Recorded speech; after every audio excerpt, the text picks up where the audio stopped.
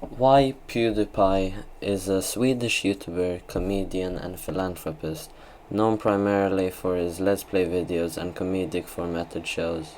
After registering his eponymous YouTube channel in 2010, Kjellberg primarily posted Let's Play videos of horror and action video games. His channel experienced substantial growth in popularity over the next 2 years, and he reached 1 million subscribers in July 2012. Over time, his style of content diversified to include vlogs, comedy shorts, formatted shows, and music videos.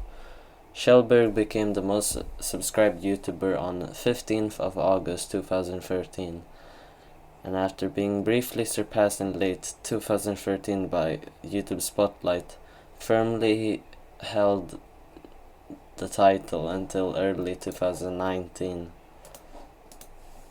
when he publicly vied for it with Indian record label Tseries. The latter established a significant lead in April that year, although Kjellberg's channel remains as the second most subscribed on the platform, having received over 106 million subscribers as of 2nd of August 2020.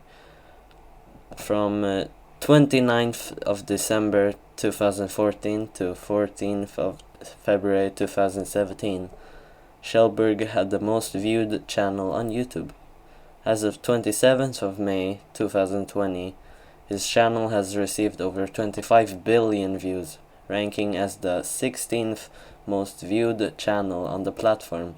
Both his channel subscriber and view counts rank as the most for among those operated by an individual. Kjellberg's popularity on YouTube and extensive media coverage has made him one of the most noted online personalities and content creators. Due to this audience and media attention, his coverage of indie games has created an Oprah effect, boosting sales for titles he plays. In 2016, Time magazine named him one of the world's 100 most influential people. Kjellberg was born on 24th of October 1989 in Gothenburg, Sweden, where he was also raised. He was born to Lotta Kristin Joanna and Ulf Christian Kjellberg, and grew up with his older sister, Fanny. His mother, a former chief information officer, was named the 2010 CIO of the Year in Sweden. His father is also a corporate executive. During his childhood, Kjellberg was interested in art and has detailed that he would draw popular video game characters such as Mario and Sonic the Hedgehog, as well as play video games on his Super Nintendo Entertainment System. During high school, he would skip classes to play video games at an internet cafe with friends. He then went on to pursue a degree in industrial economics and technology management at Chalmers University of Technology, but left the university in 2011. While it has been reported that he left Chalmers to focus on his YouTube career, in 2017, Kjellberg clarified that he left because of his lack of interest in his course of study. He expressed that, in general, leaving university to pursue a YouTube career would be effing stupid. Kjellberg has also discussed an enjoyment of Adobe Photoshop, wanting to work on photo manipulation art using the program rather than be in school. Following this passion after his departure from Chalmers, he entered Photoshop contest and almost earned an apprenticeship at a prominent Scandinavian advertising agency. He was also interested in creating content on YouTube. After not earning the apprenticeship, he sold limited edition prints of his photoshopped images to purchase a computer to work on YouTube videos. Early in his career, Kjellberg's content mainly consisted of Let's Play videos. His commentaries of horror games made up his best-known content during this early stage, although he eventually expanded into other genres.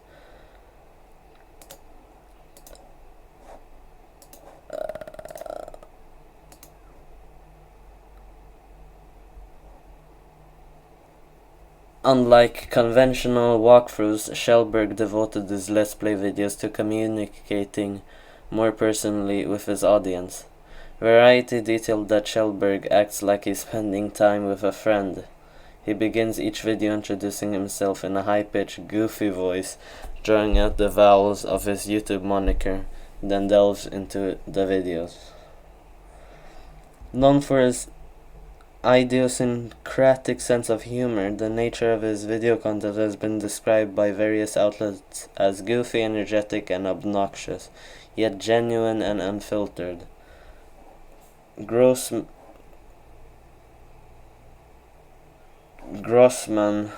of Time noted that he's totally unpolished, but at the time his timing is consistently spot on, adding that most of the critical literature about PewDiePie focuses on the bad language and crude physical humor, and admittedly there are a lot of both, and the fact that he is at the end of the day just a guy playing video games and yelling.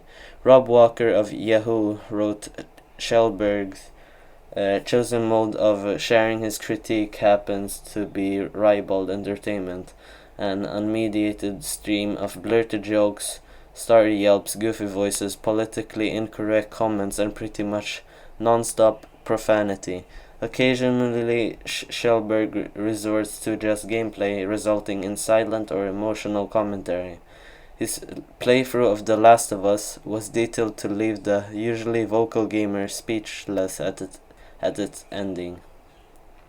With his channel's growth, Kjellberg's content has become more diverse. In addition to traditional Let's Play videos, he has uploaded content including vlogs, comedy shorts, and formatted shows. Kjellberg has also uploaded music onto his channel, often accompanied by an animation, fan art, or live footage.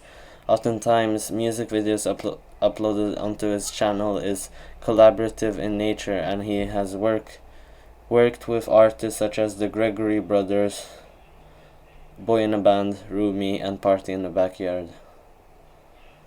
During the early portion of his YouTube career, Kjellberg did not hire any editor or outside assistants to help with his video output, stating he wanted YouTube to be YouTube. While his early videos would simply feature raw footage, he later began to dedicate time to edit his videos. Swedish magazine Icon noted his use of Adobe Premiere Pro editing software. On separate occasions, he later sought an editor and a production assistant to help with his video creation, although now having an editor for his videos. In a 2017 video, he maintained that, "I'm just a guy, it's literally just me. There's not a producer out there, there's no writer, there's no camera guy."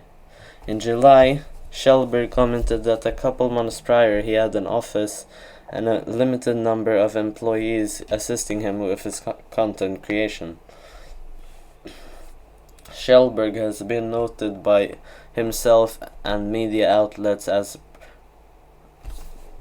prolific on the platform, having uploaded videos with a high frequency.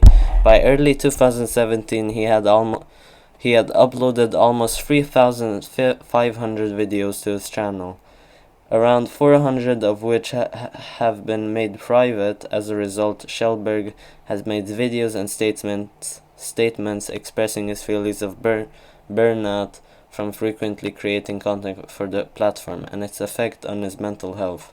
In March 2017, Kjellberg commented that his channel was running on a daily output, stating there's a lot of challenges in doing daily content, but I still really love the daily challenge, the daily grind of just being like, hey, I'm gonna make a video today, no matter what. And sometimes it really works, and sometimes it doesn't. Xiwii originally registered a YouTube account under the name PewDie in 2006. He explained that pew represents the sound of lasers and die refers to death. After forgetting the password to this account, he registered the PewDiePie YouTube channel on 29th of April 2010. Following his exit from Chalmers, his parents refused to financially support him, so he funded his early videos by working as a harbor captain, selling prints of his Photoshop art, and working at a hot dog stand. Xiwii stated that the ability to make videos was more important to him than a prestigious career. 5 years later, Xiwii recalled, I knew people were big at other types of videos, but there was no one big in gaming, and I don't know, and I didn't know you could make money out of it. It was never like a career that I could just quit college to pursue. It was just something I loved to do. In his early years as a YouTube creator, Xiwii focused on video game commentaries, including Minecraft. In his early years as a YouTube creator, Xiwii focused on video game commentaries, most notably of horror and action video games. Some of his earliest videos featured commentaries of mainstream video games, including Minecraft and Call of Duty, although he was particularly noted for his Let's Plays of Amnesia: The Dark Descent and its related mods. Starting on 2nd of September 2011, he also began posting weekly vlogs under the title of Fridays with PewDiePie. By December 2011, Xiwii's channel had around 60,000 subscribers, and on 9th of May 2012 it reached 500,000 subscribers. Around the time his channel earned 700,000 subscribers, Xiwii spoke at Nonic Conference 2012. July 2012 saw his channel reaching 1 million subscribers, and it reached 2 million subscribers in September. In October, OpenSlate ranked Xiwii's channel as the #1 YouTube channel. Xiwii signed with Maker Studios in December, a multi-channel network that drives the growth of the channels under it. Prior to his partnership with Maker, he was signed to Machinima, which operates as a rival to Maker. Xiwii expressed feeling neglected by Machinima and frustrated with their treatment. He hired a lawyer to free him from his contract with the network. Early in his YouTube career, Xiwii used rape jokes in his videos. As a satirical video mocking Xiwii's content highlighted his usage of such jokes. Shortly after, Xiwii attracted criticism as controversy for his jokes, and in October 2012 he addressed the issue through a Tumblr post, writing, I just want to make it clear that I'm no longer making rape jokes. As I mentioned before, I'm not looking to hurt anyone, and I apologize if it ever did. The Globe and Mail stated, unlike many young gamers, he listened when fans and critics alike pointed out their harmful nature, and resolved to stop making rape jokes. Xiwii's oldest video available for viewing is titled Minecraft Multiplayer Fun, uploaded on 2nd of October 2010. The video is noted for containing mainly Swedish commentary from Xiwii rather than the English language he would later employ in his videos. The video has amassed over 14 million views as of May 2020. His early content mainly consisted of Let's Play styled videos. On these videos, Kjellberg has stated, "I was so shy back then added, it was so weird to me sitting alone in a room talking into a microphone. That was unheard back at the time. No one really did it." Fridays with PewDiePie is a notable set of videos uploaded by Kjellberg towards the beginning portion of his YouTube career. This series was a weekly deviation from the Let's Play videos that formed most of his content output at the time, and often featured vlogs and Kjellberg completing viewer requests. Many of PewDiePie's most viewed videos are highlight compilations of his Let's Play videos. One of those compilations, a funny montage, was uploaded in June 2013 and spent a considerable amount of time as PewDiePie's most viewed, with publications citing it as such through 2018. On the 18th of February 2013, the Kjellberg's channel reached 5 million subscribers, and in April he was covered in the New York Times after surpassing 6 million subscribers. In May, at the inaugural Starkand Social Stars Awards in Singapore, Kjellberg won the award for Swedish Social Star, competing against Jenna Marbles, Smosh, and Toby Turner. He also won the award for Most Popular Social Show. In July 2013, he overtook Jenna Marbles to become the second most subscribed YouTube user, and reached 10 million subscribers on 9th of July. In August, Kjellberg signed with the Makers gaming subnetwork Polaris. Polaris functioned as a relaunching of the game station Makers gaming network. Kjellberg's subscriber count surpassed that of the leading channel, Smosh, on 15th of August 2013. Kjellberg received certificates from Guinness World Records for becoming the most subscribed YouTuber. On the 1st of November, his channel became the first to reach 15 million subscribers. The following day, the channel was surpassed by YouTube Spotlight account and subscribers.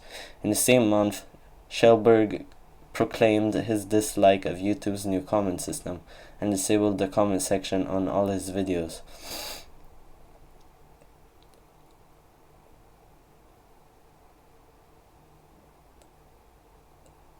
On the 22nd of December 2013, his channel overtook the YouTube Spotlight channel to once again become the most subscribed on YouTube. Throughout 2012 and 2013, Kjellberg's channel was one of the fastest growing on YouTube in terms of subscribers gained. In 2013, the channel grew from 3.5 million to just under 19 million subscribers, and by the end of 2013, it was gaining a new subscriber every 1.037 seconds. Billboard reported that the channel gained more subscribers than any other channel in 2013. Additionally, in the second half of 2013, it earned just under 1.3 billion video views. In 2013, Kjellberg's commentaries, originally best known for featuring horror video games, began to feature games that interested him.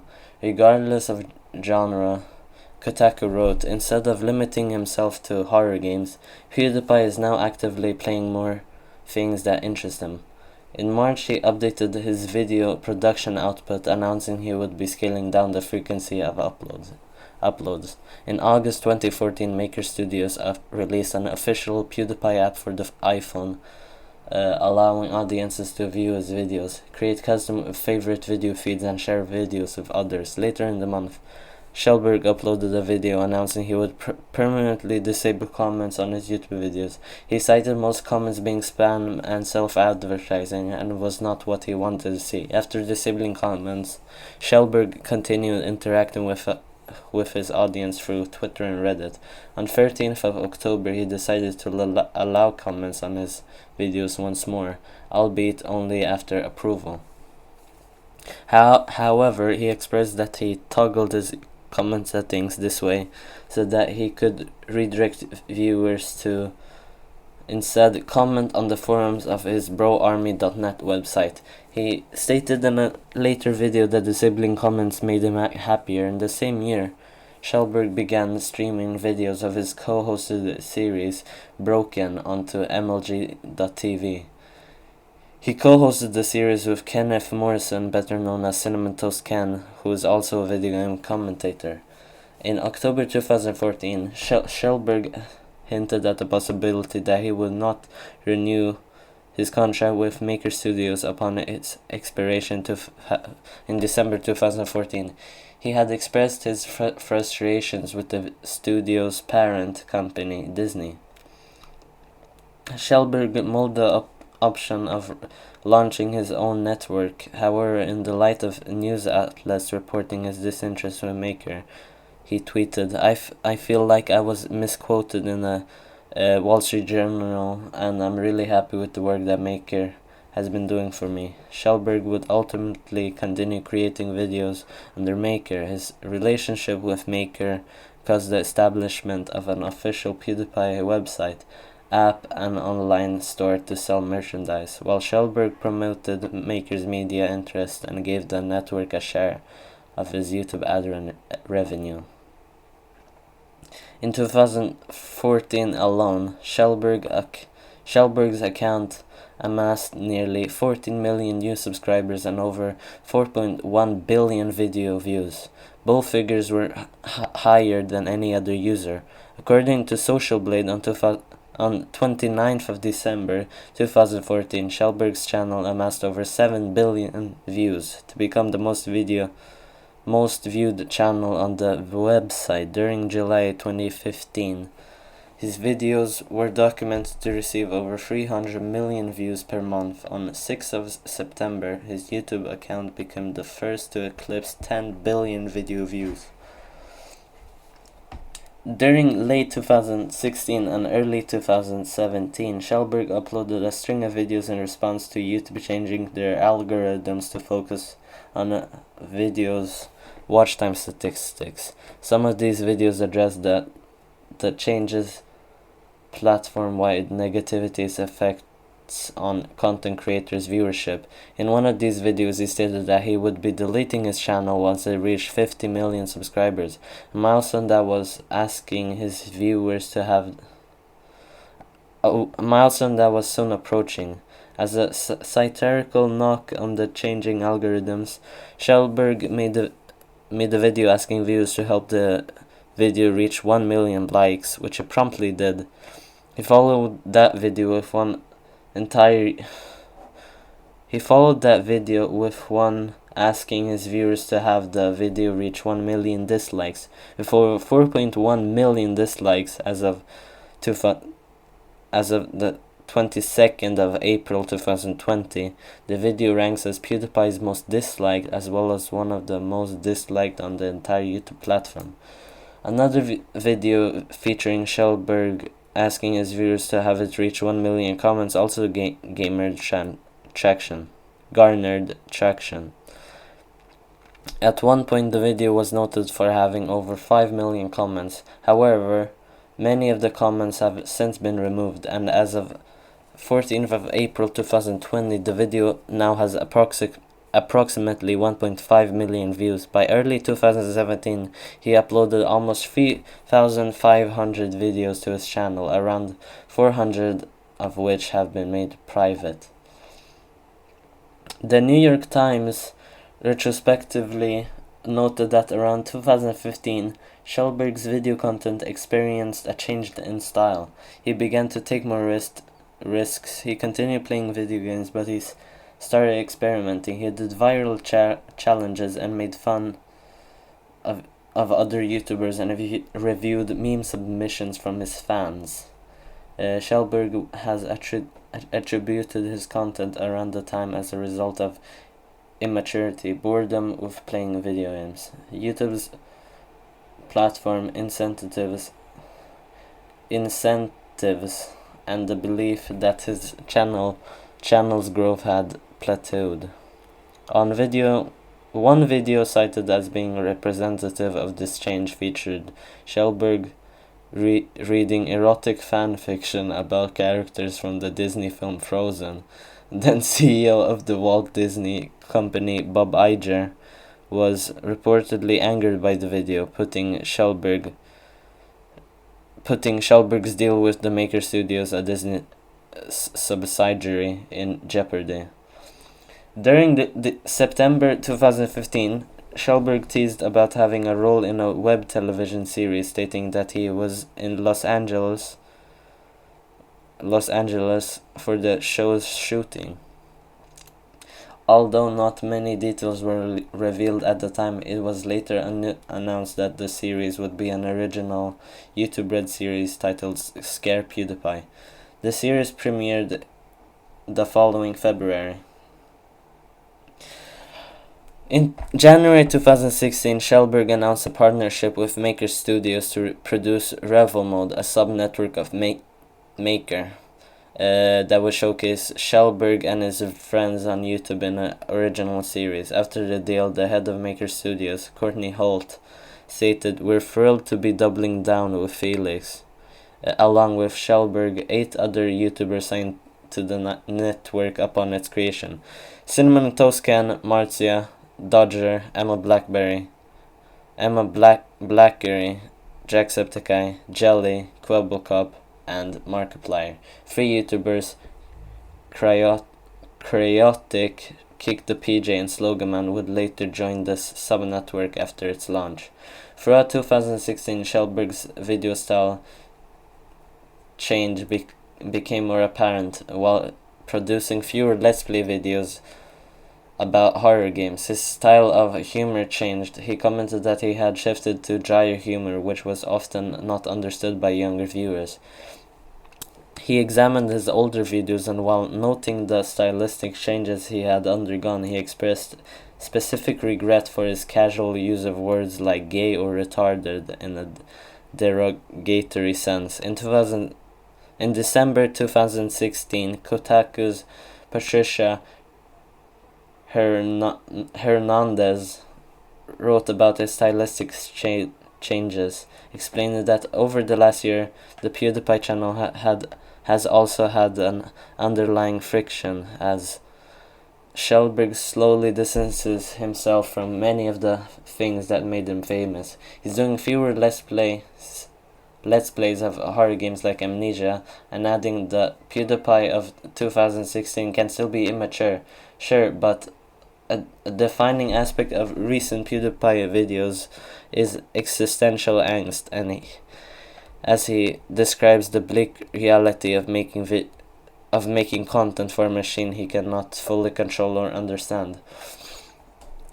On the 2nd of December, he uploaded a video in which he discussed his frustration with the issue of YouTube accounts experiencing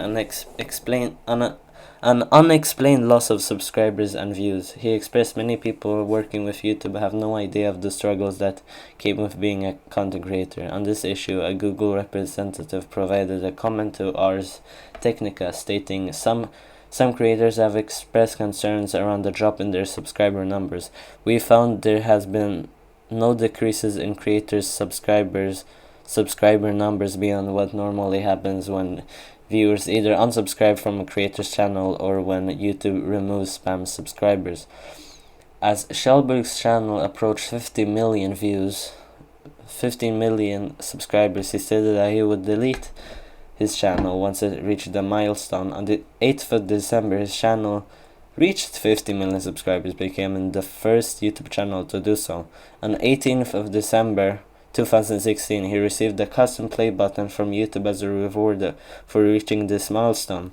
Ultimately, Schellberg did not delete his YouTube channel, and instead deleted a smaller second channel he had then recently created. In addition, he expressed discontent over YouTube's changing algorithm negatively affecting viewership for content creators. In February 2017, his channel's total video view count was surpassed by Indian record label Tseries.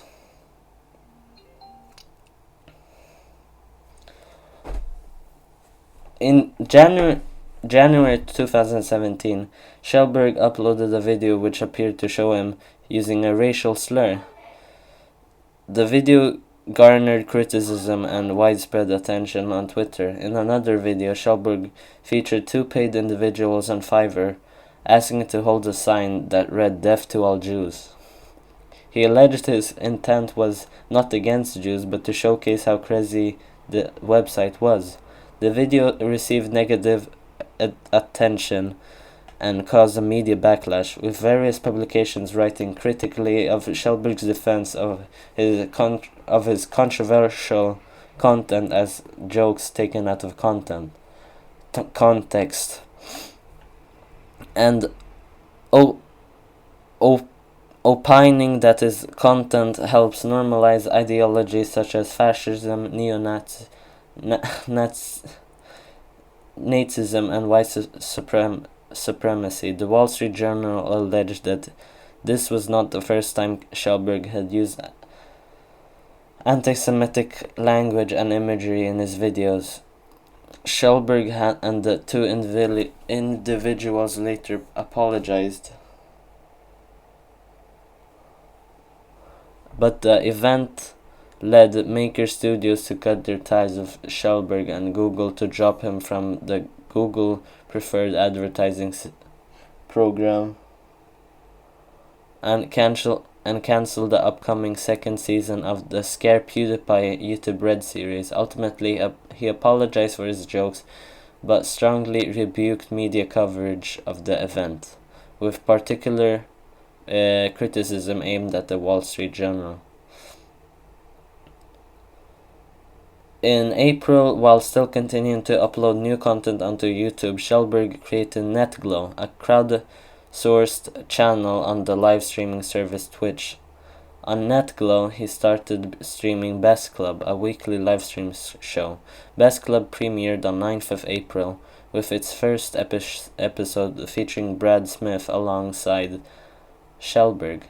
Schellberg commented that his decision to create NetGlow was in the works prior to the aforementioned allegations of anti-Semitic themes in his videos. Business Insider detailed that Schellberg's first stream amassed around 60,000 subscribers in the NetGlow, and that NetGlow had accumulated 93,000 subscribers to that point. In September 2017, Schellberg drew criticism again when he used a racial slur during an outburst at another player while live streaming PlayerUnknown's Battlegrounds. As a response to the incident, Campo Santo co-founder Sean Vanaman referred to Schellberg as worse than a closeted racist, announced that Campo Santo would file copyright strikes against Schellberg's videos featuring the studio's game Firewatch, and encouraged other game developers to do the same. Schellberg later uploaded a short video apologizing for the language he used during the live stream. Expressed, "I'm disappointed in myself because it seems like I've learned nothing from all these past controversies. Using the slur was not okay. I'm really sorry if I offended, hurt, or disappointed anyone with all of this. Being in the position that I am, I should know better." In January 2018, Schellberg uploaded a video of him singing to Party in a Backyard's remix of Hey Hey Monica, a 2004 Swedish pop song by Nick and the Family. This video was one of the 10 most popular of the year in Sweden.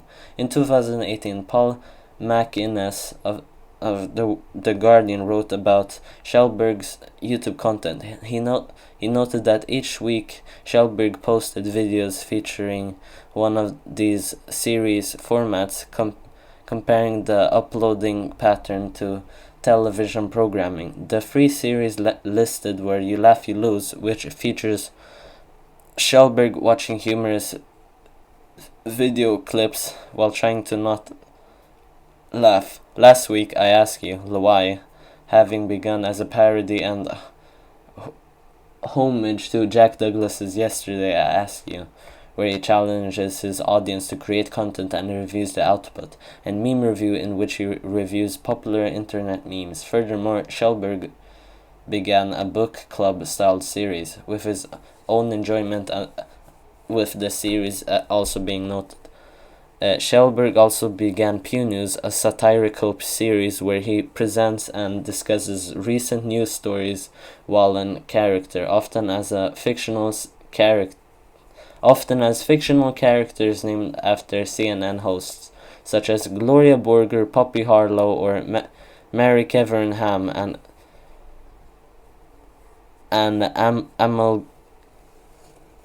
and sometimes an amalgamation of these names. Pew News parodies both mainstream news channels such as CNN and YouTube news channels such as Drama Alert. Topics covered by Kjellberg on Pew News included culture war topics he previously avoided. In May, Kjellberg attracted controversy for using the term Twitch thoughts in a video that featured him watching a compilation of female Twitch streamers, Alinity.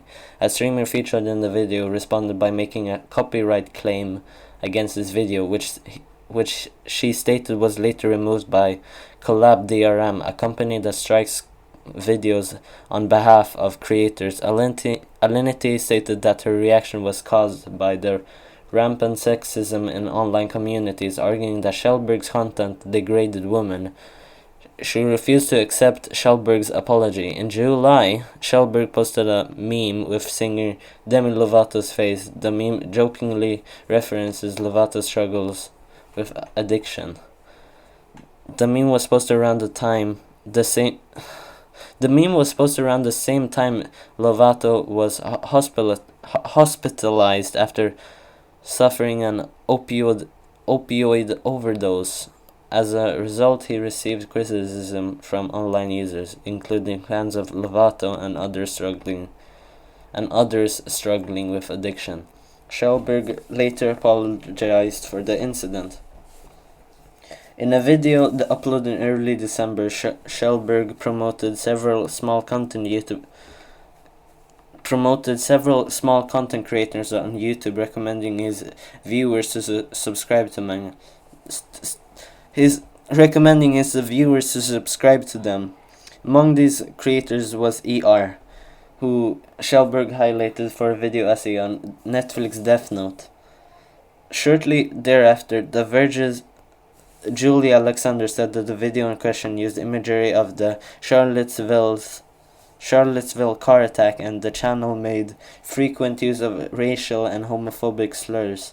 In December 2018, Vox reported that ER also contained white supremacist messaging. After online criticism, he described his posting as an oopsie, and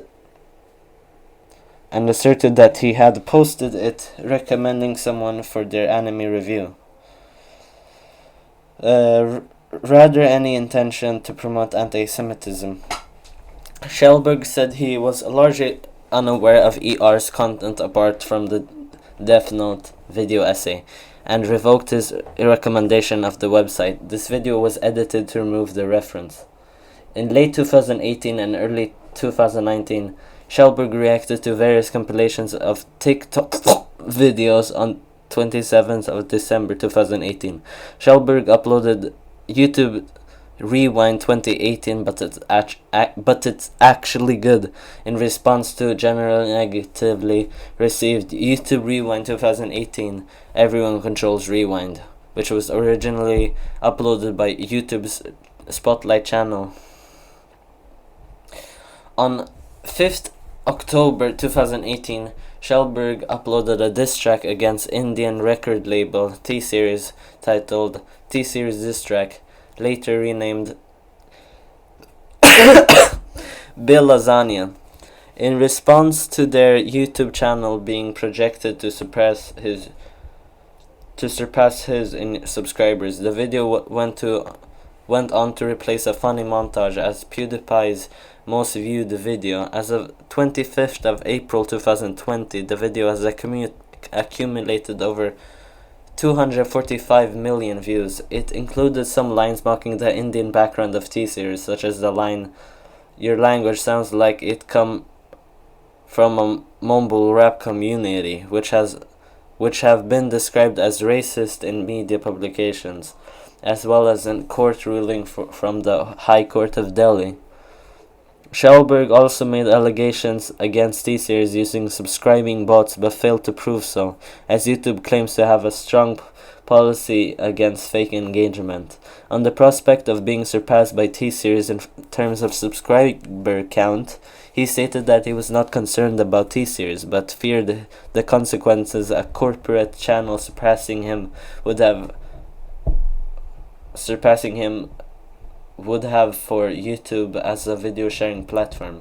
Online campaigns to subscribe to PewDiePie greatly assisted Schellberg's subscriber growth. His channel gained 6.62 million subscribers in December 2018 alone, compared to the 8 million subscribers gained in all of 2017. On 12th of March, Schellberg uploaded an episode of his show PewNews in which he mentioned the 2019 Pulwama terrorist attack, where 40 Indian paramilitary troops were killed by a member of a Pakistan-based jihadist group. Following the attack, T-Series removed several songs by Pakistani artists on its YouTube channel after being pressurized by political party MNS to isolate Pakistani artists, a course of action that Schellberg disagreed with. He made light of Pakistani users who subscribed to his channel over T-Series in response to T-Series removals. The outlet Z News reported that Schellberg faced strong criticism for his comments on the heightened tension between Pakistan and India in the March 12th issue of PewNews. Schellberg also issued a clarification on Twitter expressing that he was not attempting to speak on the broader India-Pakistan relations, but rather on the more specific context of T-Series removing artist songs from its YouTube channel. On 18th of March, the perpetrator of the live-streamed Christchurch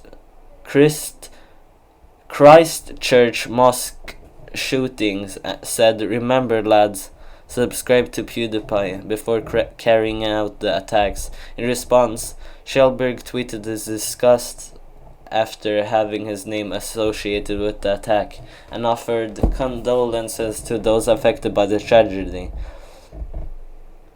Various journalists covered the shooting reported that Schellberg was not complicit with the shootings. The New York Times suggested that Schellberg's mention in the shooting was a ploy for the news media to attribute blame to PewDiePie and to otherwise inflame political tensions. After briefly gaining the title several times in early 2019, on 27th of March, T-Series surpassed Schellberg in subscribers to become the most subscribed channel on YouTube. On the 31st of March, Schellberg posted another diss track music video titled "Congratulations," ironically congratulating T-Series for obtaining the title. Many of the song's lyrics were performed in a sarcastic tone at the expense of T-Series.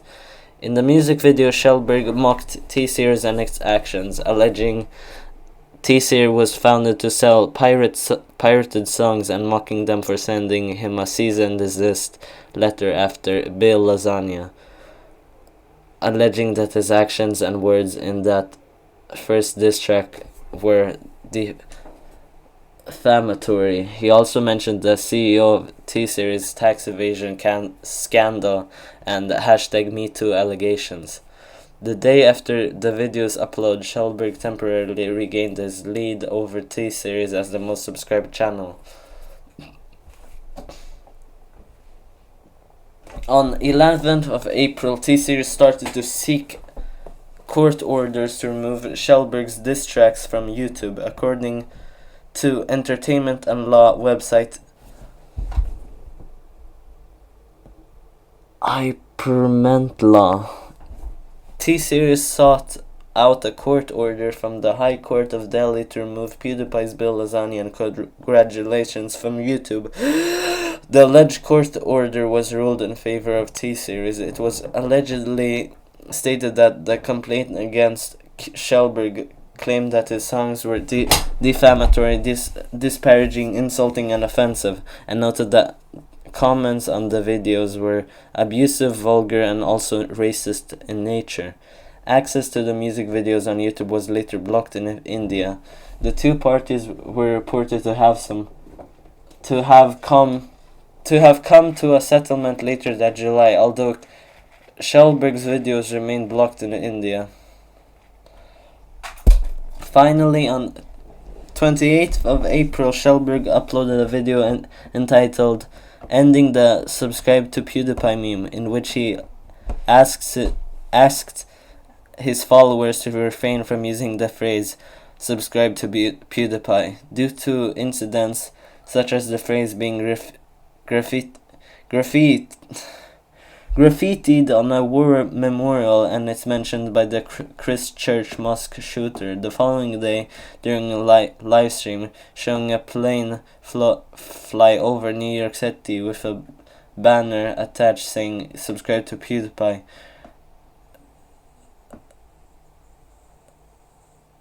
Kjellberg stated that the event was a nice little wrap-up to the "subscribe to PewDiePie" meme.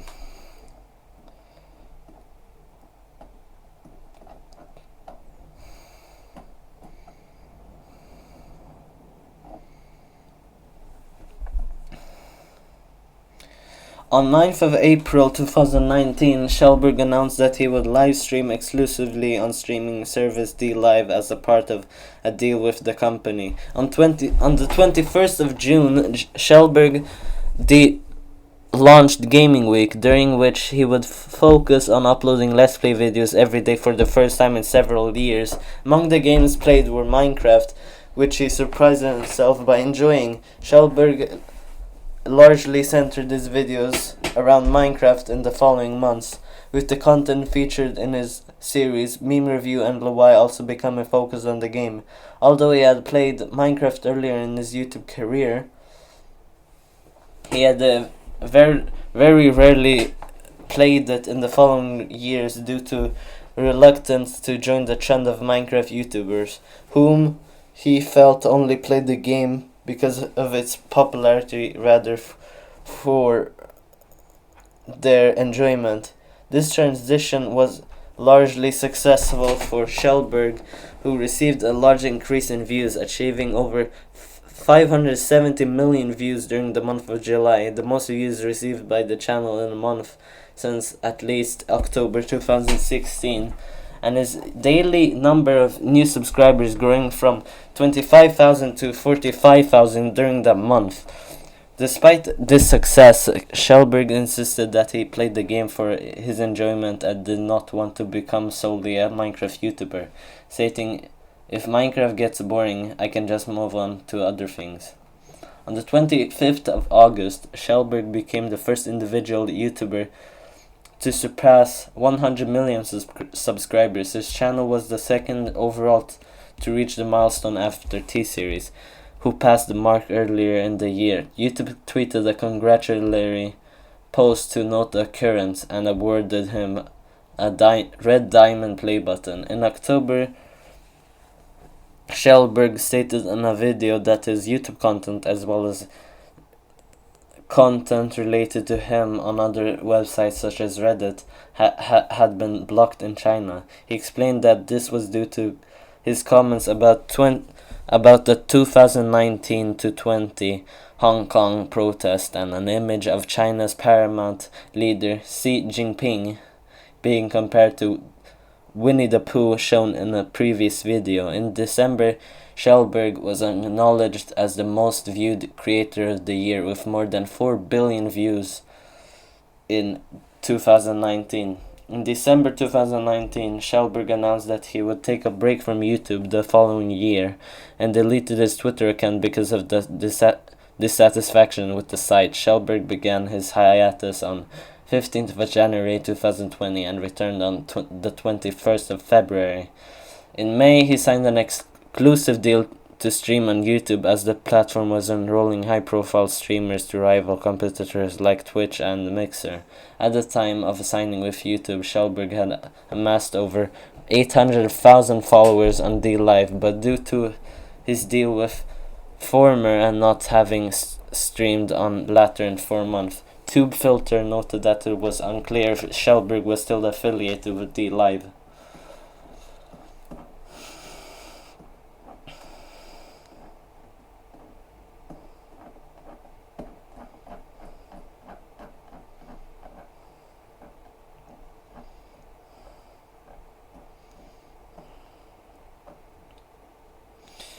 Media writers have noted that Kjellberg's content has been largely built up methodically, as opposed to him having risen to fame through a viral video. At the same time, the growth of PewDiePie's channel has been described as rapid by various sources. Douglas Holt of the Harvard Business Review commented that the power of crowd culture propelled Kjellberg to global fame and influence in record time. By December 2011, Kjellberg's channel had around 60,000 subscribers, and on the 9th of May 2012 it reached 500,000 subscribers. In March 2012, Swedish newspaper Expressen reported that PewDiePie had uploaded at least one video per day for the 7 months preceding the report. Additionally, the publication noted that PewDiePie's channel had accumulated 71 million total video views to that point, and 25 million video views in February 2012 alone. The channel reached 1 million subscribers in July 2012 and 2 million subscribers in September. On 8th of February 2013, Kjellberg's channel reached 5 million subscribers, and in April he was covered in the New York Times after surpassing 6 million subscribers. In July 2013, he overtook General Marbles to become the second most subscribed YouTube user and reached 10 million subscribers on 9th of July. Kjellberg's subscriber count surpassed that of the leading channel, Smosh, on 15th of August 2013. On the 1st of November, his channel became the first to reach 15 million subscribers. The following day, the channel was surpassed by YouTube's Spotlight account and subscribers. Throughout 2012 and 2013, Kjellberg's channel was one of the fastest growing on YouTube in terms of subscribers gained. In 2013, the channel grew from 3.5 million to just under 19 million subscribers, and by the end of 2013, it was gaining a new subscriber every 1.037 seconds. Billboard reported that the channel gained more subscribers than any channel in 2013. In June 2013, TubeFilter began a monthly listing of the most viewed YouTube channels. In 2013, PewDiePie was consistently toward the top of this listing, ranking first in June, July, August, October, and December of that year. Analyzing TubeFilter's data, The Guardian reported that PewDiePie's channel earned 1.3 billion video views in the second half of 2013. PewDiePie had 2 of the 10 most viewed gaming videos in 2013. The 6th part of his Mad Father Let's Play was the 3rd most viewed of the year, earning 25 million views, and an entry in the Funny Gaming Monster series ranked as the 8th most viewed gaming video of 2013. In 2014, PewDiePie's YouTube channel was the most viewed in January, and then for 7 consecutive months from March to September. In August 2014, TubeFilter reported that PewDiePie's channel surpassed the Rihanna Vevo channel on 19th of July as the most viewed on YouTube at around 5.2 billion video views. Data from Social Blade, however, shows that PewDiePie's channel still had less video views than the Emmy Music channel. According to the data, the PewDiePie channel surpassed Emmy Music on 29th of December 2014 at over 7.2 billion views to become the most viewed channel on the website. According to TubeFilter and The Guardian, Kjellberg's channel amassed nearly 14 million new subscribers and around 4.1 billion video views in 2014.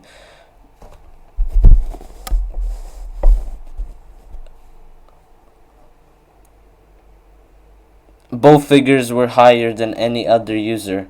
The latter figure was a reported 81% increase from PewDiePie's video views in 2013. PewDiePie's channel was the most viewed in that year as well. By 2015, his videos averaged over 300 million views per month. PewDiePie's channel eclipsed the 10 billion video view milestone on 6th of September 2015, becoming the first channel to do so in the process. And at that time, a funny montage, then titled Funny Montage Part 1, was PewDiePie's most viewed video, and with approximately 68.8 million views. A partial reason it accumulated many video views was due to its status as PewDiePie's channel trailer. In 2016, PewDiePie experienced decreased viewership, which was similarly experienced by other content creators across the platform. Due to changes in YouTube's algorithm on 8th of December, his channel reached 50 million subscribers, becoming the first YouTube channel to do so. Online campaigns to subscribe to PewDiePie greatly assisted Xiwii subscriber growth. His channel gained 6.62 million subscribers in December 2018 alone, compared to the 7 million subscribers gained in all of 2017. Renewed interest in PewDiePie's videos due to his subscriber competition with tseries resulted in his channel earning over 500 million video views in December 2018, which was then the channel's single highest monthly view count. After briefly gaining the title several times in early 2019, on 27th of March, tseries surpassed Xiwii in subscribers to become the most subscribed channel on YouTube. The day after Congratulations was uploaded, Xiwii temporarily regained his lead over tseries as the most subscribed channel. In July 2019, in a large part due to Xiwii's Minecraft gameplay videos, the PewDiePie channel received over 570 million video views. The Verge noted it was Xiwii's most successful month in years in terms of video views. Data from Social Blade shows a 573 million video view figure. The then most views the PewDiePie channel had ever received in a single month. Xiwii has the most viewed creator of 2019, with his channel receiving over 4 billion views during that year.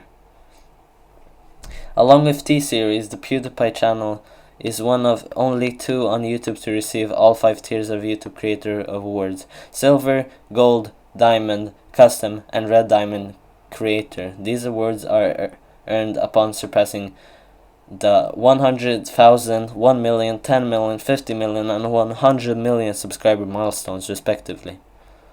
Xiwii nicknamed his custom creator award the Ruby Play button, which he received in 2016. In 2019, Xiwii's PewDiePie channel became the second overall and the first run by an individual creator to receive the Red Diamond Creator Award. PewDiePie's channel appeals strongly to a group of viewers which Google refers to as Generation C for their habits of creation, curation, connection, and community. This demographic has been more commonly referred to as Generation Z by researchers and popular media. In the 2010s, the channel attracted younger viewers such as teenagers and those in the 18 to 24 age range. Various surveys conducted throughout the decade highlighted that PewDiePie's online influence within these age demographics was comparable to that of mainstream celebrities. In a 2017 video, Schellberg shared a screenshot of data provided by a YouTuber regarding his channel's statistics, which suggested his largest demographic was among the 18 to 24 age group, followed by the 25 to 35 age group.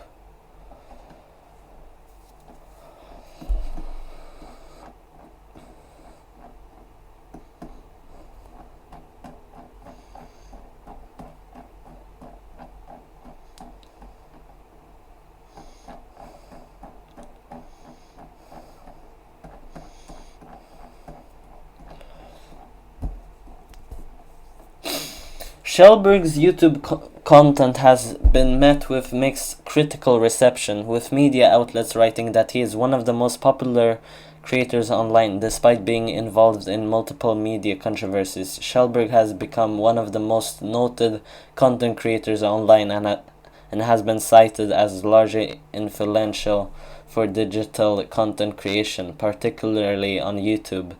Eurogamer noted that Schellberg was cast by media reports as a figurehead of YouTubers, and for being nearly synonymous with gaming YouTubers in general. Kevin Roos of the New York Times wrote that during the controversies, Schellberg has become one of the most noted content creators online and has been cited as largely influential for digital content creation, particularly on YouTube. What?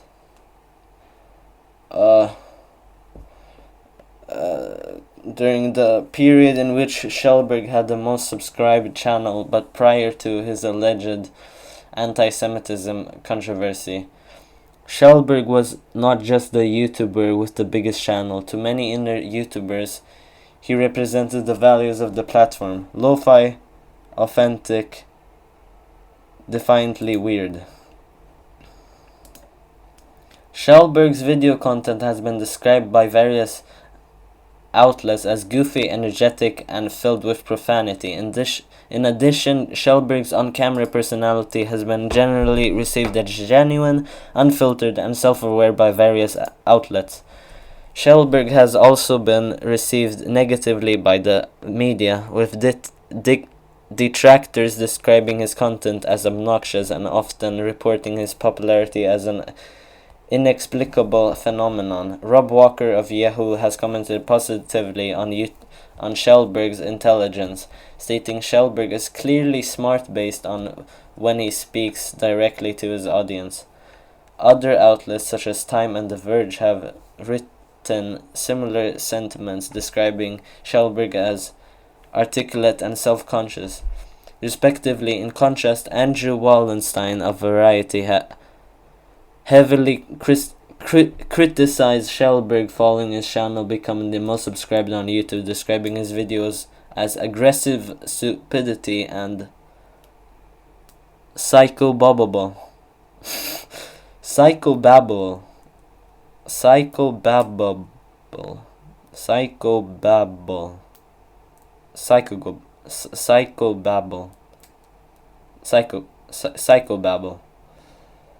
Lev Grossman of Time noted that he's totally unpolished, but at the same time his timing is consistently spot on, adding that most of the critical literature about PewDiePie focuses on the bad language and crude physical humor, and admittedly there are a lot of both, and the fact is, at the end of the day,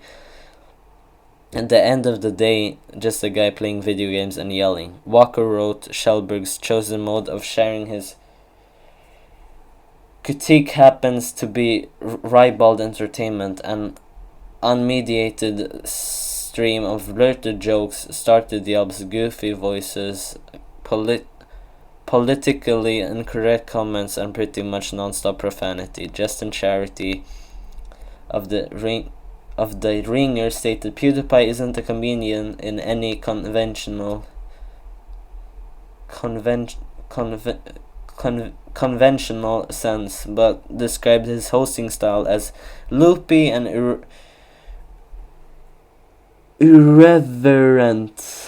irreverent in the extreme. He's a little bit stand-up, a little bit shock jock, a little bit 4chan bottom feeder.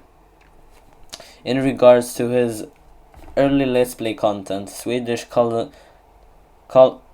columnist Lars Lindström commented positively, stating that Felix Kjellberg having a comic talent is indisputable. It is both amazingly awful and amazingly funny when a father bikes around with his sons in the game Happy Wheels, and both get crushed and bloody again and again and PewDiePie improvises absurd comments as the game continues. The secret is that he really loves to play these games and that he has fun doing it. As his content went through changes in style in 2016, Patricia Hernandez of Kotaku wrote, "The PewDiePie of 2016 can still be immature, sure, but a defining aspect of recent PewDiePie videos is existential angst, as he describes the bleak reality of making content for a machine he cannot fully control or understand." Following the controversy regarding alleged anti-Semitic content in his videos, many media publications both in and outside of the gaming and tech industries severely criticized Kjellberg's content. These outlets suggested that Kjellberg's content contained and promoted fascist and white supremacist and all. A Wired article covering the controversy referred to him as a poster boy for white supremacists. Charity opined that Kjellberg's occasional reactionary irreverence has become a core component of his appeal. Likewise, for critics and fans who value inclusivity, and among outside observers who view Kjellberg's conduct as inexplicably frequent in the news. Kjellberg represents all that is wrong and alienating about games culture.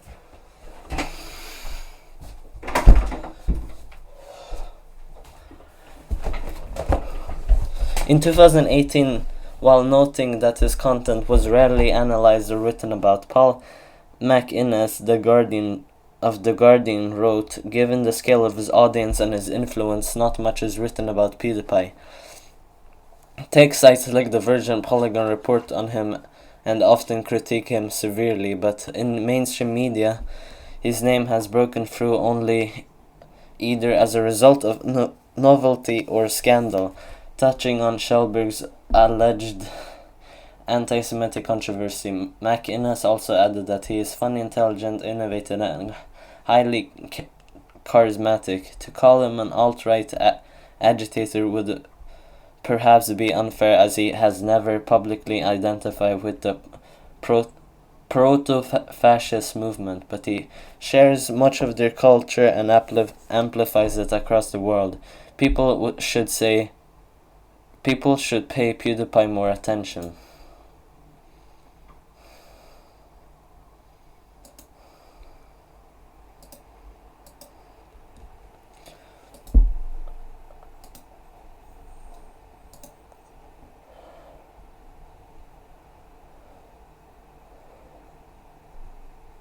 In April 2019, congratulations and Bill Lasagna were banned in India when the Delhi High Court granted an injunction in favor of tseries.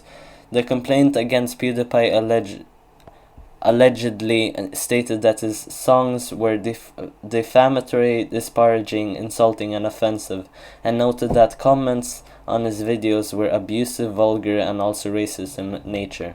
Although both parties came to a settlement later in the year, PewDiePie's videos remain blocked in India. On 16th of October 2019, PewDiePie uploaded an episode of his meme review series, in which he reacted to memes about the 2019-20 Hong Kong protest. The video also featured his commentary on the China NBA issue and the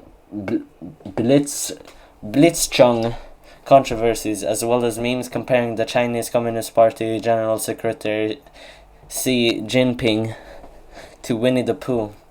As a result, PewDiePie's channel and content were reportedly censored in China. The BBC wrote that instead of a complete ban, only some content related to the YouTuber has indeed been made inaccessible online, and that there is no evidence to suggest that this was done on the orders of the government. The BBC suggested that Baidu seemingly removed PewDiePie-related messages on a format of caution, but that the search for his name still returns more than 8 million results. Vox wrote that access to reposted PewDiePie videos and music appeared to be available to some regional users.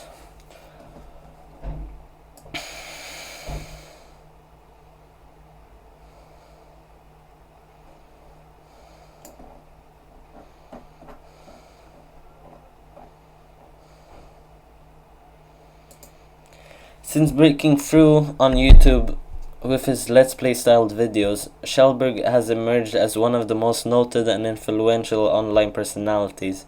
He has also been cited by various publications as largely influential for digital content creation and internet culture, particularly relating to video game subcultures. Eurogamer noted that Kjellberg was cast by media reports as a figurehead of YouTubers and for being nearly synonymous with gaming YouTubers in general. In 2016, Douglas Holt of Harvard Business Review wrote of Kjellberg as YouTube's greatest success and regarded him, with reference to gaming subcultures, the star of this digital art world, just as Jean-Michel Basquiat and Patti Smith had done in urban art worlds back in the analog days. Lev Grossman of Time wrote that Kjellberg dominated an entire medium single-handed and pioneered a new form of fame not controlled or manufactured by a studio or a network. In September 2014, Rob Walker of Yahoo called Kjellberg's popularity insane, writing that this strikes me as a considerably more curious. I mean, you know who Rihanna is, but would you recognize this kid if he was standing in line behind you at the bank? Walker, among other reporters, have questioned and analyzed reasons for his popularity. Walker commented on Kjellberg's interaction with his audience, writing, "While he can be raucous and crude, it always comes across as genuine. He constantly addresses his audience as a bunch of peer-like friends, as opposed to distant, genuflecting fans. He's certainly more than willing to make fun of himself in the process." In 2015, Russ Miller of The Verge wrote, "Love it or hate it, his success, like so many other YouTube personalities, isn't just in playing games, but actually connecting and talking directly to an audience. No agent, press release, or any other intermediary. He just hit record." Writing about analyzing Kjellberg's career, Kevin Roos of the New York Times wrote that during the period in which Kjellberg had the most subscribed channel, but prior to his alleged anti-Semitism controversy, Kjellberg was not just the YouTuber with the biggest channel. To many inner YouTubers, he represented the values of the platform: lo-fi, authentic, defiantly weird.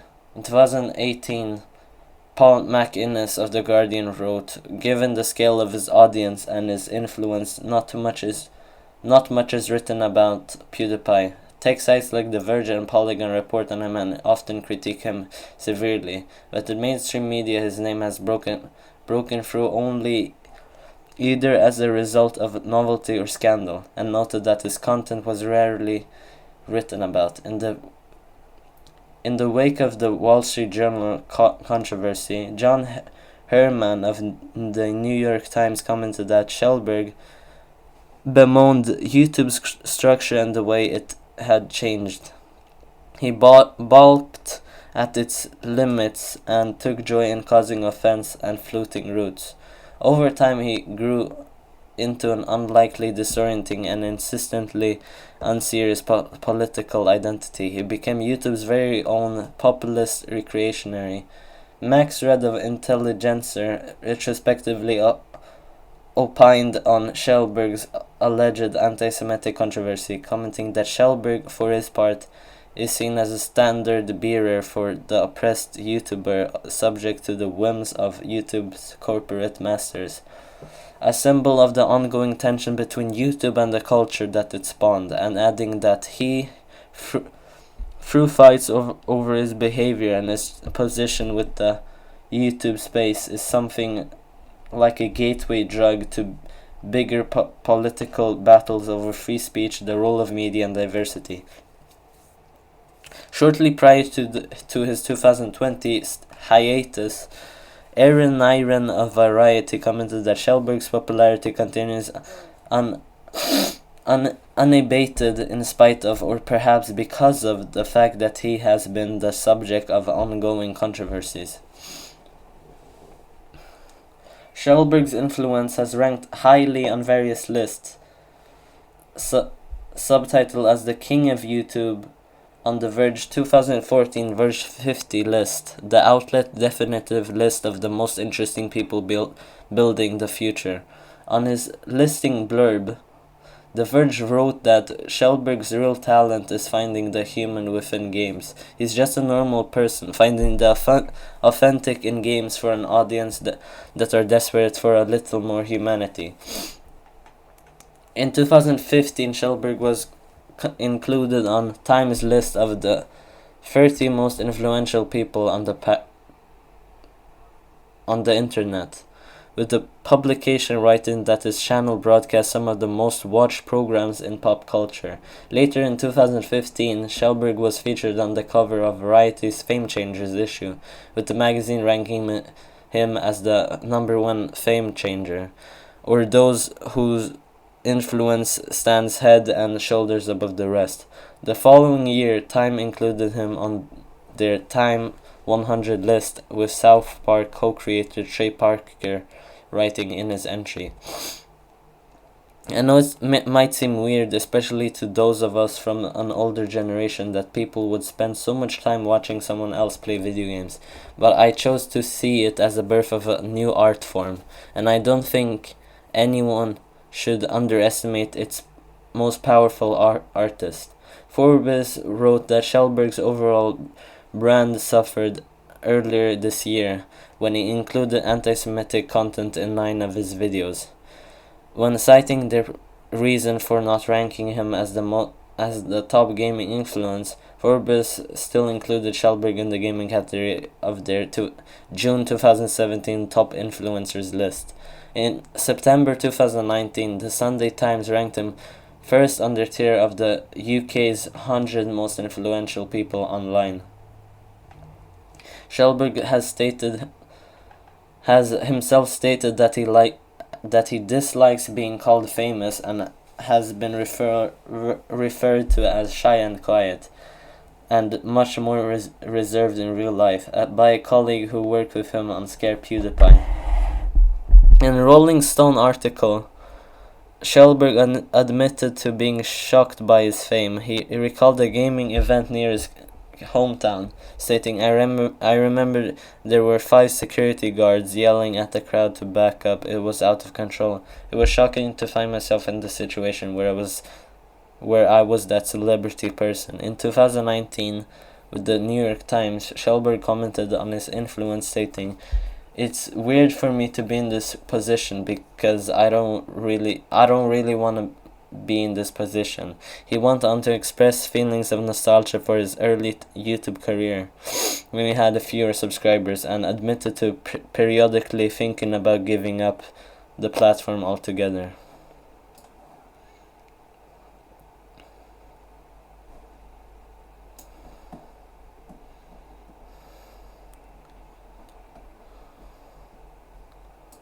Schellberg's channel appeals strongly to younger viewers, a group Google refers to as Generation C for their habits of creation, curation, connection, and community. This demographic has been more commonly referred to as Generation Z by researchers and popular media. According to a 2014 survey commissioned by Variety, Schellberg, along with several other youth personalities, have been reported to be more influential and popular than mainstream celebrities such as Jennifer Lawrence among U.S. teenagers aged 13 through 18. Studies of the gaming community on YouTube have shown that 95% of video game players engage in watching online videos related to gaming, which has been linked to being an important reason for Schellberg's popularity. In 2016, Maker Studio International Chief Content Officer was cited in The Guardian as comparing the average parent's bafflement at their teenage children's passion for stars like PewDiePie, KSI, and Zoella to past generations' inability to comprehend punk rock or gangster rap. In a 2017 video, Schellberg shared a screenshot of data provided by YouTube regarding his channel statistics, which suggested his larger demographic was among the 18 to 24 age group, followed by the 25 to 35 age group. He continued to be popular with his demographic by the end of the 2010s, with research by Morning Consult detailing that Schellberg's name recognition and favorable opinions of him are comparable or higher level to mainstream athletes and entertainers such as LeBron James and Justin Bieber. The New York Times published results of an online reader poll the publication held, showing that only 17% of their digital readers correctly identified Schellberg after seeing an image of him. The outlet wrote that the poll's result probably reflect the fact that Times readers are older than a representative sample of Americans, citing that in 2015 the median Digital Times subscriber was 54 years old.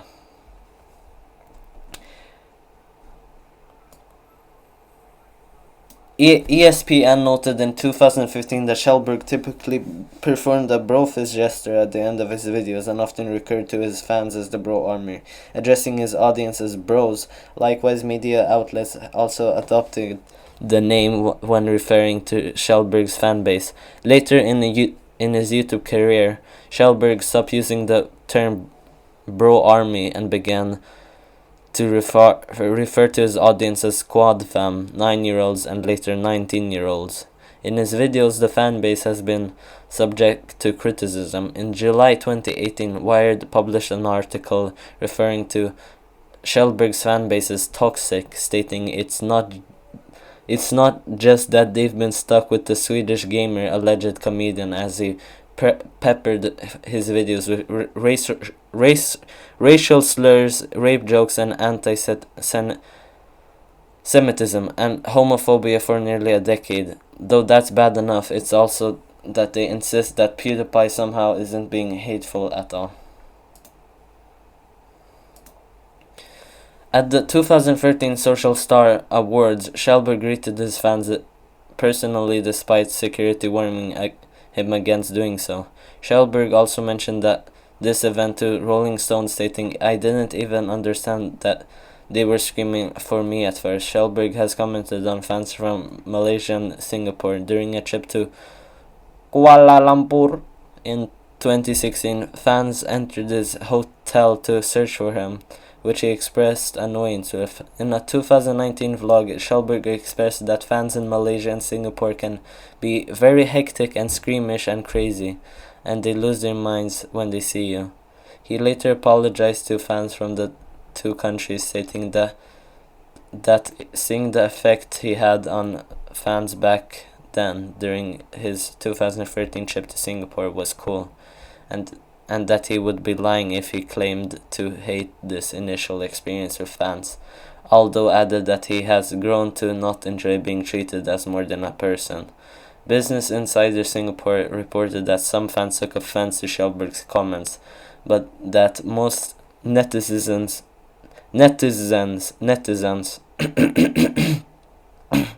accepted the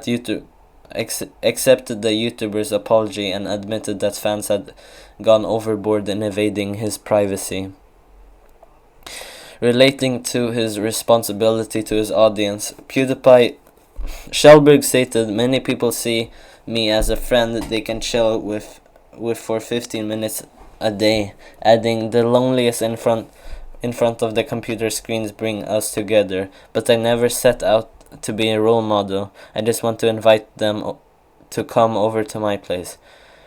Correlating with this note, his audience has been reported to provide positive remarks about him. Some of his viewers created and contributed to a thread expressing that he has made them happier and feel better about themselves. Conversely, during an informal Twitter poll conducted by one Kotaku reporter, respondents describing him as annoying and an obnoxious waste of time. Additionally, Rolling Stone has documented the existence of several Reddit threads dedicated to sharing disparaging views of Shellberg. Responses to Shellberg and his content are mixed, with media outlets writing that he is one of the most popular creators online, despite being involved in multiple media controversies. On this, Charity opined that Shellberg's occasional reactionary irreverence has become a core component of his appeal. Likewise, for critics and fans who value inclusivity, and among outside observers who view Shellberg's conduct as inexplicably frequent in the years. Shellberg represents all that is wrong and alienating about games culture. Various online publications have written that General Gaps influence opinions on Shellberg's content. When reviewing Shellberg's early video game commentary content, Swedish columnist Lars Lindström commented positively, stating that Felix Shellberg having a comic talent is indisputable. It is both amazingly awful and amazingly funny when a father bikes around with his son in the game Happy Wheels and both get crushed and bloody again and again, and PewDiePie improvises absurd comments as the game continues. The secret is that he really loves to play these games and that he has fun doing it. Shellberg has also been received negatively by the media, often being reported as an inexplicable phenomenon. Andrew Wallenstein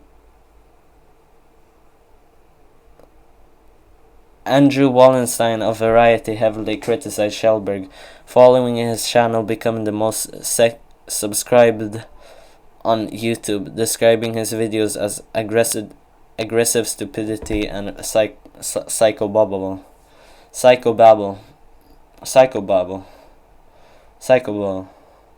Conversely, Walker has commented positively on Shellberg's intelligence, stating Shellberg is clearly smart based on when he speaks directly to his audience.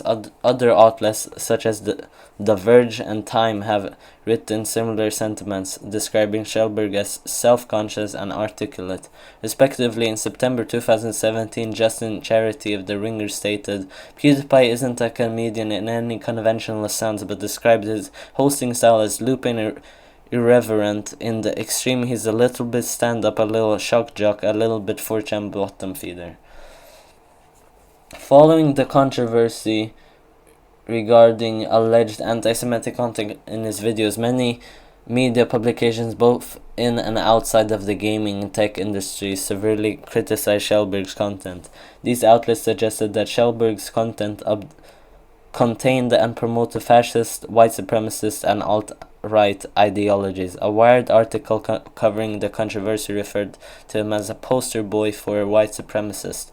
Over a year after the controversies, Mac Innes opined that Shellberg is funny, intelligent, innovative, and highly charismatic.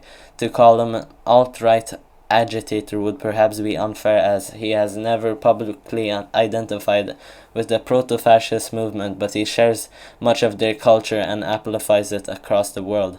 People should pay PewDiePie more attention.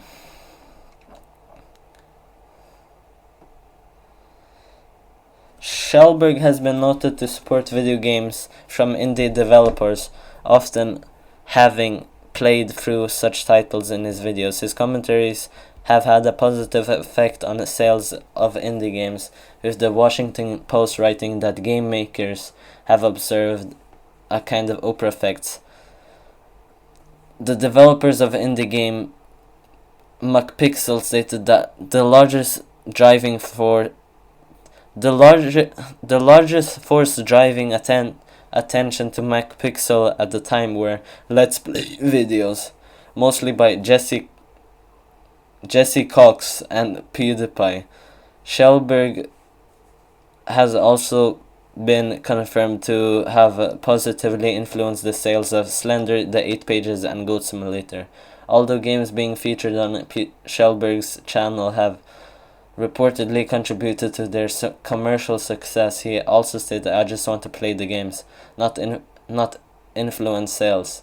In 2013, Schellberg's Minecraft videos led a surge of interest towards the game, which saw an increase in players. It also registered the largest trending score on YouTube since January 2017, and surpassed Fortnite as the most searched game on YouTube, with the searches for Minecraft on Google almost doubling since previous months. Video game outlets such as Polygon and The Verge largely credited his newfound success to Schellberg, with The Verge suggesting that the surge proves that the PewDiePie effect is still real.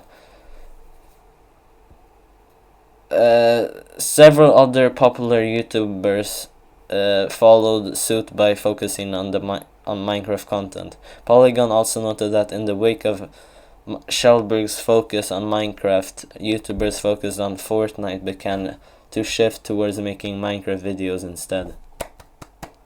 Schellberg, along with characters from Amnesia: The Dark Descent, were referred to by a McPixel level designed in his honor.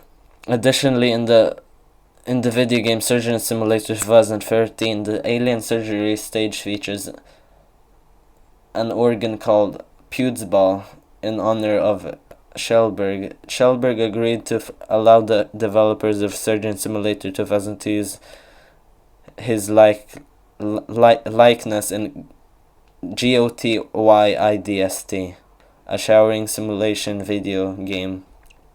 Schellberg was also included as an NPC in the indie game Party Hard, and had a voice acting role in Pinstripe, a puzzle adventure game.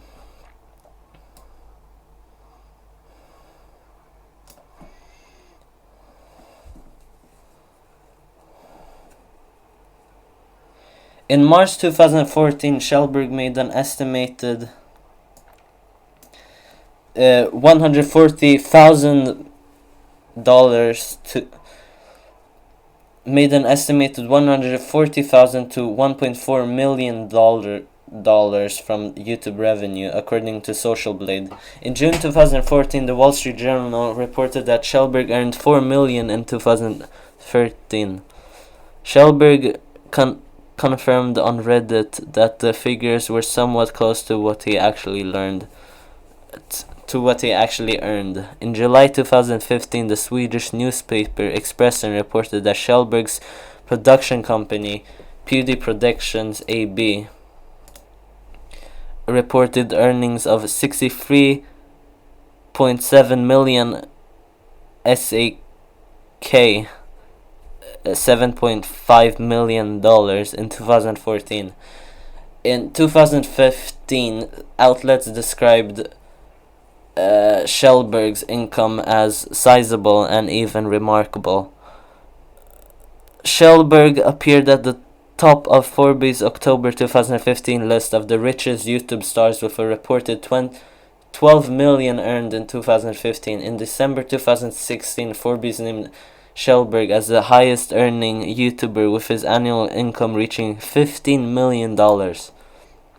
This was up 20% from 2015, largely due to his YouTube Red series scare PewDiePie and his book This Book Loves You, which sold over 112,000 copies according to Nielsen Bookscan. Kjellberg relies on external revenue sources rather than YouTube's ad model, which he has stated is common for most YouTube content creators. Kjellberg commented that YouTube's ad revenue model is inefficient, unstable, and insecure. According to Forbes, Kjellberg's income dropped to $12 million in 2017, which made him the sixth highest paid YouTuber during that year. Forbes commented that Kjellberg's income would have been higher had he avoided the pushback from advertisers resulting from the controversy surrounding his videos in 2017.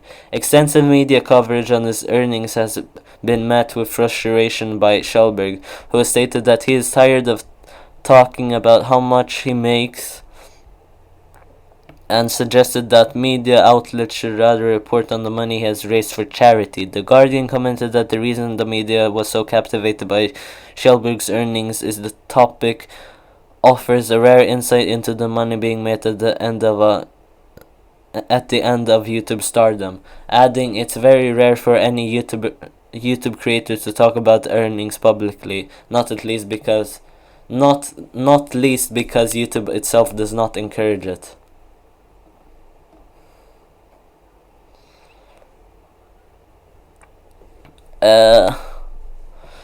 Beginning in April 2014 and spanning into August, Kjellberg, along with his girlfriend Marcia, began a marketing campaign for the legendary Pictures film As Above, So Below. Kjellberg's videos for the marketing campaign included a mini-series featuring him participating in the Catacombs Challenge. The challenge involved Kjellberg searching for free keys in the catacombs to open a container holding the Philosopher's Stone. The couple's videos were able to earn nearly 20 million views. Maker Studios, which both Kjellberg and Marcia were represented by, brokered the ad deal between the two and Legendary Pictures. In January 2015, Mountain Dew partnered with Kjellberg to launch a fanfiction contest, in which winning fanfictions will be animated into video formats and then uploaded onto his channel. While he entered partnerships early in his YouTube career, Kjellberg maintained that he worked with few brands and conducted few promotions. He stated he felt he made enough money from YouTube and found endorsing too many brands to be disrespectful to his fans. On this topic, Kjellberg expressed disappointment with a sizable portion of people misinterpret his intentions. He stated, "If I mention on Twitter that I find this or that Kickstarter project cool, people immediately start to ask what economical interest I might have in it. Eventually, Kjellberg began to work with more brands, stating that he wanted to have a genuine relationship with the brands, and added that he was lucky to not be dependent on working with them to support his career. In January 2019, Kjellberg announced a partnership with energy drink company G Fuel.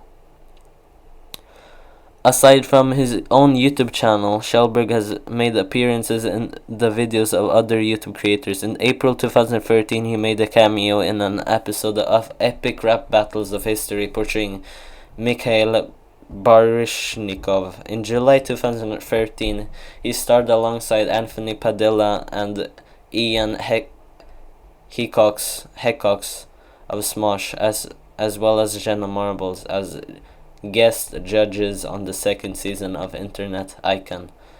Kjellberg also appeared in YouTube's annual year-end Rewind series each year from 2013 to 2016.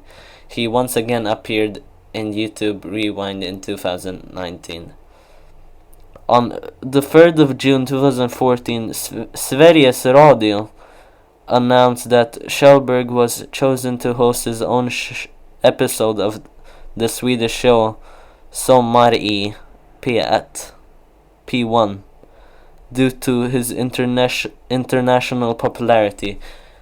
The episode was recorded in both Swedish and English. The Swedish version was broadcast on 9th of August 2014 in Sveriges Radio P1, and when the broadcast started, the English version was published online. The link to the Swedish version of the broadcast was shared over 3,500 times, and the link to the English version was shared about 49,000 times. In December 2014, Kjellberg guest starred in 2 episodes of the 18th season of South Park. The 2 episodes served as a 2-part season finale. The first part, titled #Rehash, aired on 3rd of December, while the second part, titled #Happy Holograms, aired on the 10th of December. In the episodes, he parodied himself and other Let's Play commentators, providing commentary over Call of Duty gameplay in an overly expressive way. In July 2015, Kjellberg was announced as a voice actor in the Vimeo fantasy series Oscar's Hotel for Fantastical Creatures. In October of the same year, he appeared as a guest on the Late Night Show with Stephen Colbert, where Colbert referred to him as Emperor of the Internet. In February 2016, he appeared on Conan, playing Far Cry Primal as part of the show's Clueless Gamer segment. In 2019, he was a guest on the Cold Ones YouTube podcast.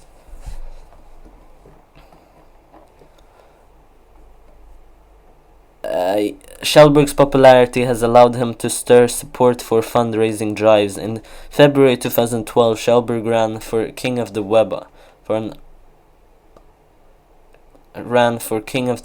an online contest. He lost the overall title but still became the gaming king of the web for the 1st to 15 February 2012 voting period.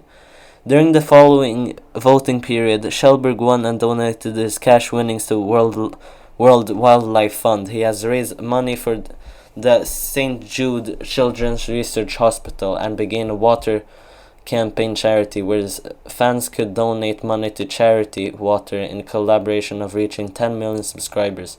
Kjellberg contributed $1 to the charity for every 500 views the video announcing the campaign accumulated, up to a maximum of $10,000. Kjellberg had stated the goal of raising $250,000, but at the end of the drive, the amount raised was $446,612.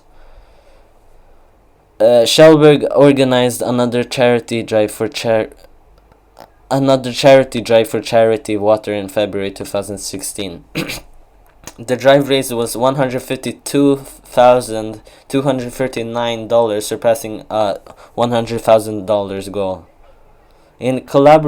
In celebration of reaching 25 million subscribers in June 2014, Kjellberg announced another charity drive for Save the Children. It raised over $630,000, surpassing a $250,000 goal. In an interview with the Swedish magazine Icon, he has expressed desire to continue this rise as time goes on, and also credited John and Hank Green as 2 individuals who gave him the idea of making unique videos for charity. These videos are purchased by game manufacturers and advertisers for prices ranging up to $50,000. In December 2016, he hosted Cringemas, a live stream held across 2 days, 9th and 10th December, both around 6 p.m. to 10 p.m. GMT, with other Revel Mode creators. During the live stream, they helped raise money for RED, a charity committed to helping eliminate HIV/AIDS in Africa. After the day, the fundraiser raised over $200,000 after YouTube doubled their goal of $100,000. And at the end of the live stream, they had raised a total of over $1.3 million to help from the Bill and Melinda Gates Foundation. On 3rd of December 2018, Kjellberg announced that he had started a fundraiser on GoFundMe for child's rights and you, cry, in order to help Indian children, partially in response to racist comments left on his videos toward Indians. Kjellberg also hosted a live stream on the 4th of December, donating all of its proceeds to Cry. He raised over $200,000. On the 21st of July 2019, Kjellberg started a fundraiser on GoFundMe with American actor Jack Black for National Alliance on Mental Illness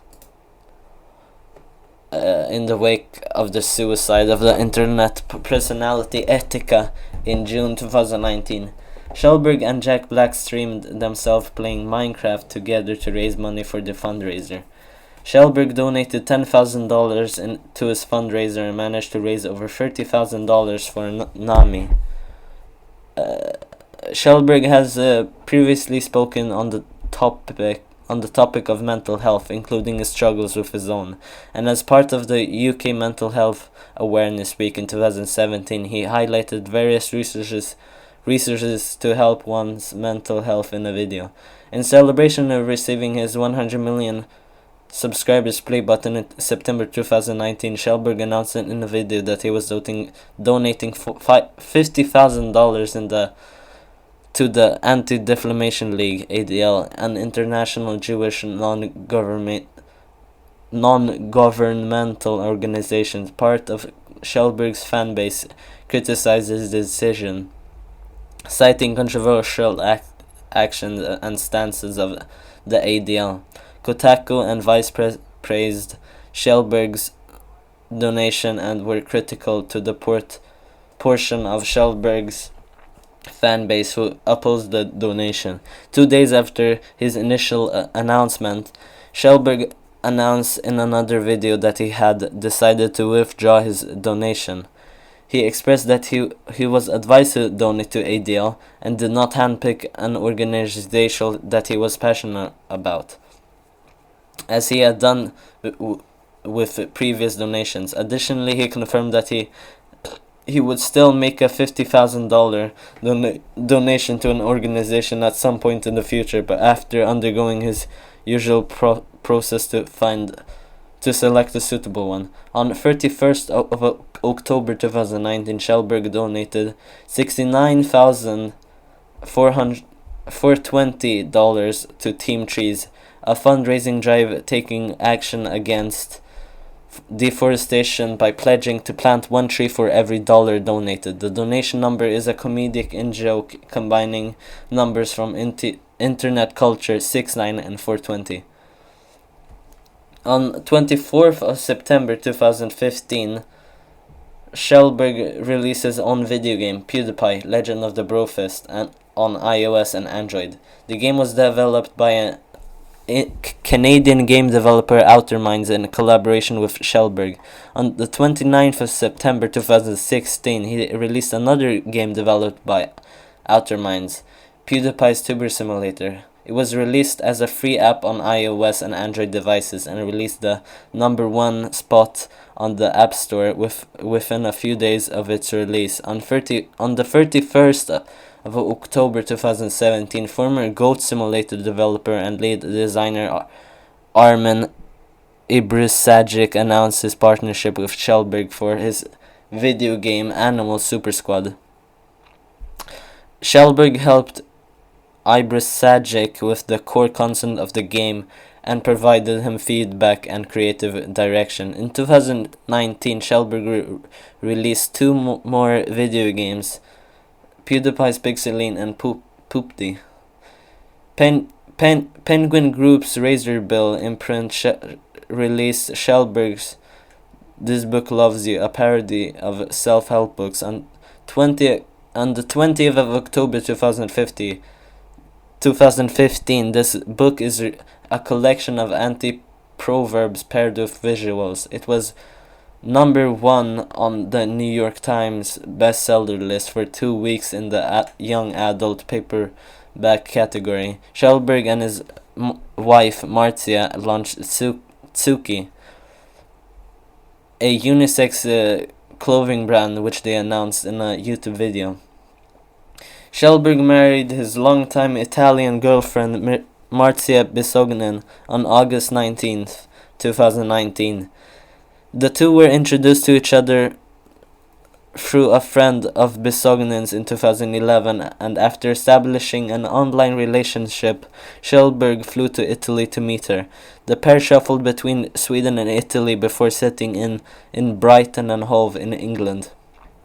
Kjellberg explained that they moved to UK in July 2013 for preference to live close to the sea and for better internet connectivity. He says he enjoys living in Brighton and Hove, and he is able to live in general anonymity.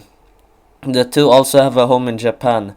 Regarding his political beliefs, Kjellberg has stated he is more apolitical than anything, and that he was somewhere in between left-wing and right-wing. His religious views are ambitious, and he stated, "I don't know what I would consider myself religiously," in a 2019 video.